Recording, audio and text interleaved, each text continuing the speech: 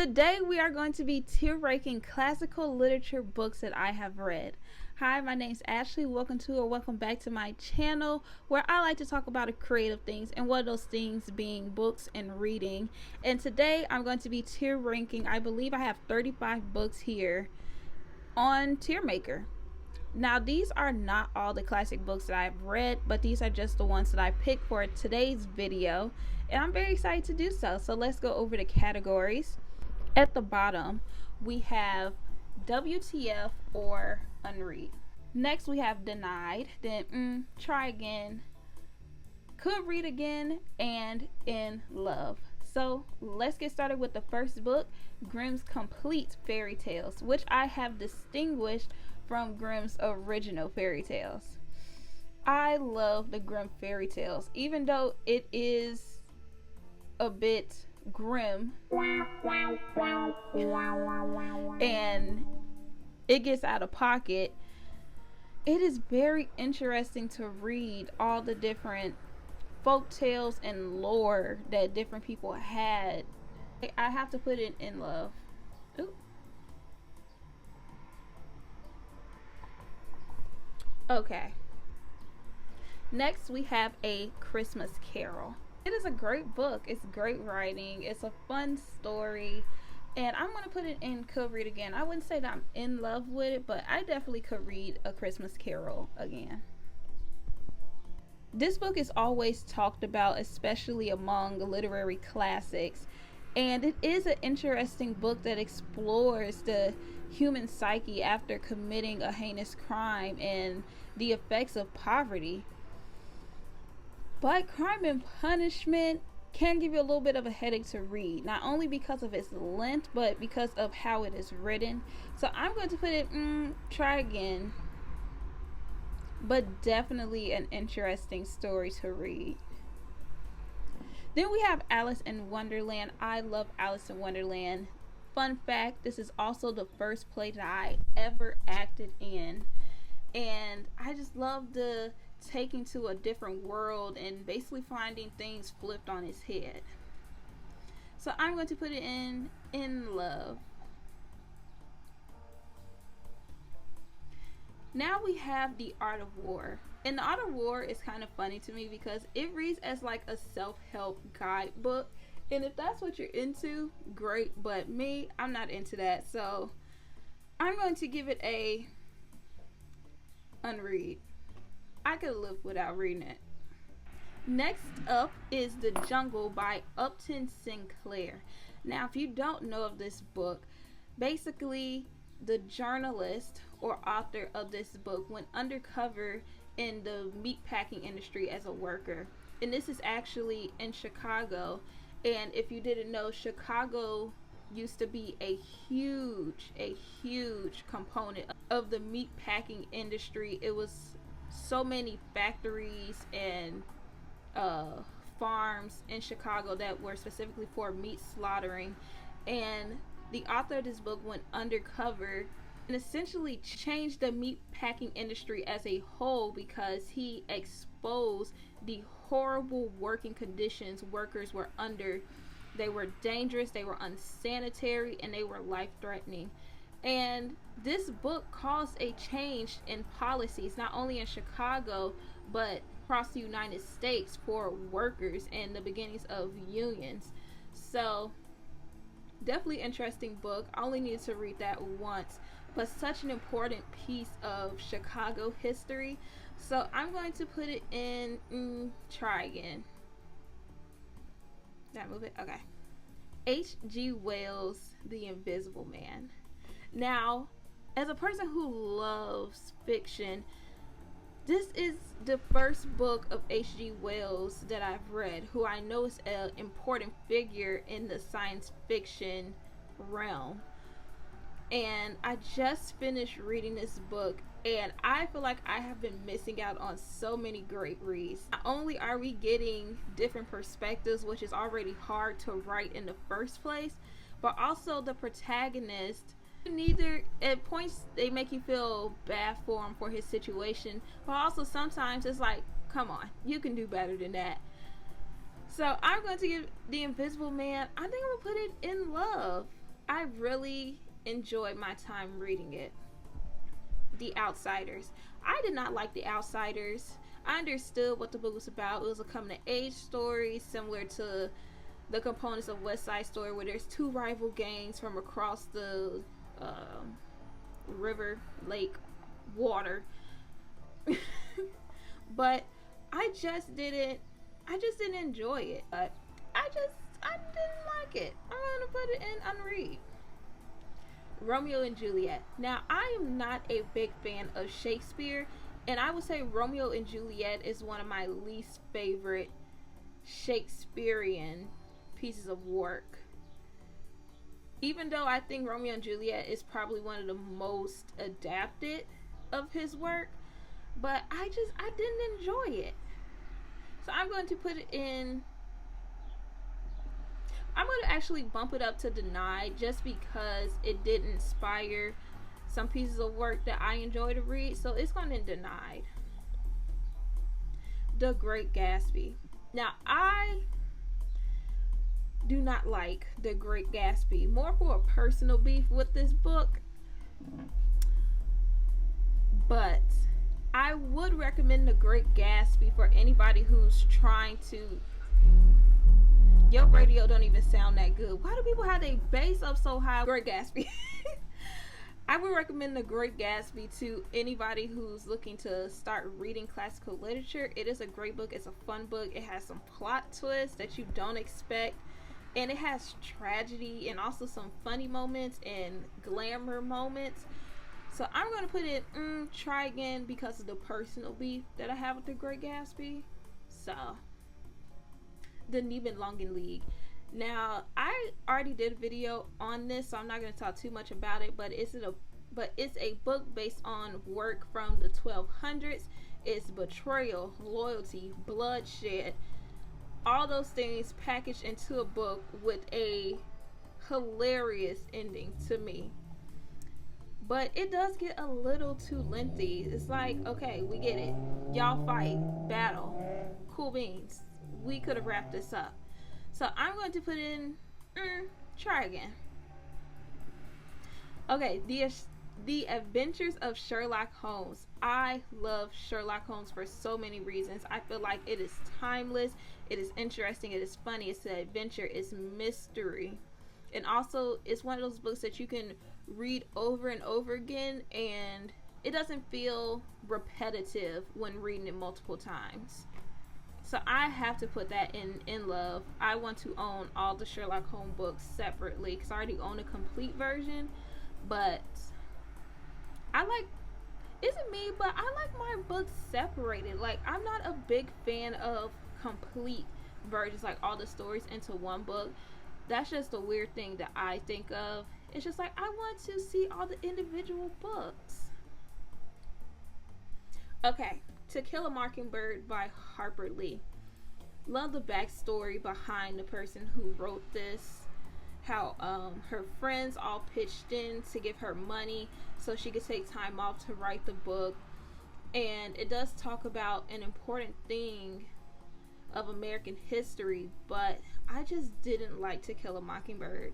I would unread it if I could. Hamlet. I'm putting Hamlet in unread. It wasn't too special for me. I read it. That was enough. Dracula by Bram Stoker. Now, I recently read this, and man, I was not expecting that. I went into it with no knowledge about what the original Dracula was about, because I've only read adaptations of it, and people who, write vampire work based on modern vampires, if you will. And it was most definitely interesting. One, I thoroughly enjoyed the writing. The writing of the character Count Dracula was interesting to say the least, because you neither like nor dislike him at some points. So, but I'm going to put it in love. I would put it in could read again, but the reason I'm bumping it to in love is because it is an important predecessor to so many other pieces of work that I love. So I think it has to go in love. Next is Little Women. I read Little Women exactly once, and that was enough. So I'm going to put it in denied. The Yellow Wallpaper. If you've never heard of Yellow Wallpaper, it's similar to Crime and Punishment, where we are reading about a person who is going through mental deterioration, and eventually this yellow wallpaper to her starts to come alive. WTF. When I read that book, it was wild. Next, we have Journey to the Center Earth, which is a fascinating insight into how people of that time had theories about time, space, and life, and how things worked and where things originated from. I did enjoy it, and I said I think I could read again, and I think I am going to read it again. A Midsummer's Night Dream. I'm going to put it in denied. It wasn't too bad. I just don't have too much to say about it. Next is Jane Austen's Pride and Prejudice. Now, we all know Jane Austen is an icon when it comes to the romantic literary genre. And Pride and Prejudice is one of those books that you want to sit out in the grass with your drink and just read. Even though it does get a little lengthy at times as well. Some of those parts we could have condensed. I'm going to have to give it an in love. The Chronicles of Narnia. I remember owning every single book of this series, and I remember rereading them. So I'm going to put it in could read again. Because I remember it being, similar to Alice in Wonderland, where it has that whimsicalness and we're taken to this fantasy world where a battle has to happen and we're preparing. So, Home to Harlem. Home to Harlem is a book set during the Harlem Renaissance, and we explore the American society's opinion on black people during this time. Now, I've read quite a few books about the Harlem Renaissance, and it's not my favorite of them, but I think it has some hard-hitting truths, especially for it to be a fiction book. So I'm going to put in try again. Macbeth is one of the few Shakespearean pieces of work that I actually enjoyed. And probably the only one that I would recommend if somebody said they want to read Shakespeare. I would tell them, oh, read Macbeth. It's very interesting. So I think I'm going to give it a try again. Go ahead, Shakespeare. Holes. I love Holes. I remember reading this book so many times, and I also enjoyed the movie along with the book. It's a great book. I mean, we have a coming of age story, we have adventure, we have triumph, and we have a happy ending. So I'm going to put Holes in love. I adore that book. The Giver. So The Giver is a tricky one for me because I am not a fan of dystopian books, but it is, I say it is a pretty okay book. I'm going to give it a try again. Matilda. I also am in love with Matilda. I used to believe that I could have her powers if I believed hard enough. Not true, but still, I've had many great memories reading this book. And I haven't read it since I've been older, but I'm going to put it in love. The Kite Runner. The Kite Runner was not a book that I enjoyed. I read it because I had to read it, but if given the chance, I would unread it. The Watsons Go to Birmingham. Now, The Watsons Go to Birmingham is a historical fiction book that talks about this family moving during the bombings of the churches during the civil rights movement. Even though it is fiction, it really explored what black people and black families had to deal with during that time. And I'm going to give it a could read again. The Book Thief. Just like The Kite Runner, it's just not something that I enjoyed. The original Grimm fairy tales, which is even more unhinged than the Grimm fairy tales. And I would encourage anybody who likes the Grimm complete fairy tales to go and find the original ones and see the things that they have cut out from the original to the complete version. It's a little funny, but also just unhinged the stories that they used to pass on. Then we have the Harry Potter series. I've read all the books. I enjoyed the books. I love magic worlds. Yet after the fourth book, I was like, okay. And I don't have much recollection after the fourth book. I don't know why. I don't know what happened, but that's just what it is. So I'm going to give it a could read again. Maybe I will try reading Harry Potter again and seeing if my opinion changes. Maybe it'll go in love. Okay. Now we have the Da Vinci Code by Dan Brown, which I believe came out in 2003, which is a murder mystery adventure thriller with the undertone of religious discrepancies. I enjoyed this book, and I'm going to put it in could read again. I think I'm going to put it in could read again for now. It may change to in love later down the line. I'm going to reread it. Mary Shelley's Frankenstein.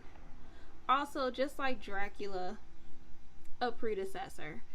But I would say that I would put Frankenstein on could read again. I wouldn't put it in love, even though I really enjoyed the book. I enjoyed the themes that it presented. I just don't know if I would put it in love. And last but not least, we have Charlie and the Chocolate Factory. I have such a distinct memory of reading this book. Like, I can remember the weather, where I was sitting, and I loved it. I read it multiple times. And just like Alice in Wonderland, it's this whimsical world that also touches on real life problems that happened in our society and is happening in our society. So I'm going to put that in love. Okay, I think that I have talked enough. So this is my final selection of my tier rankings. I think I'm going to do more. If you have any suggestions or ideas of other tier rankings that you would like to see, then by all means let me know. Leave a comment. But with that being said, if you aren't having a great day, I hope you have a better one tomorrow. Don't forget to read a page of something that you enjoy, and don't be a jive turkey. Like, share, and subscribe, or not, it's your prerogative. But thank you for watching this video anyway, and I'll see you later.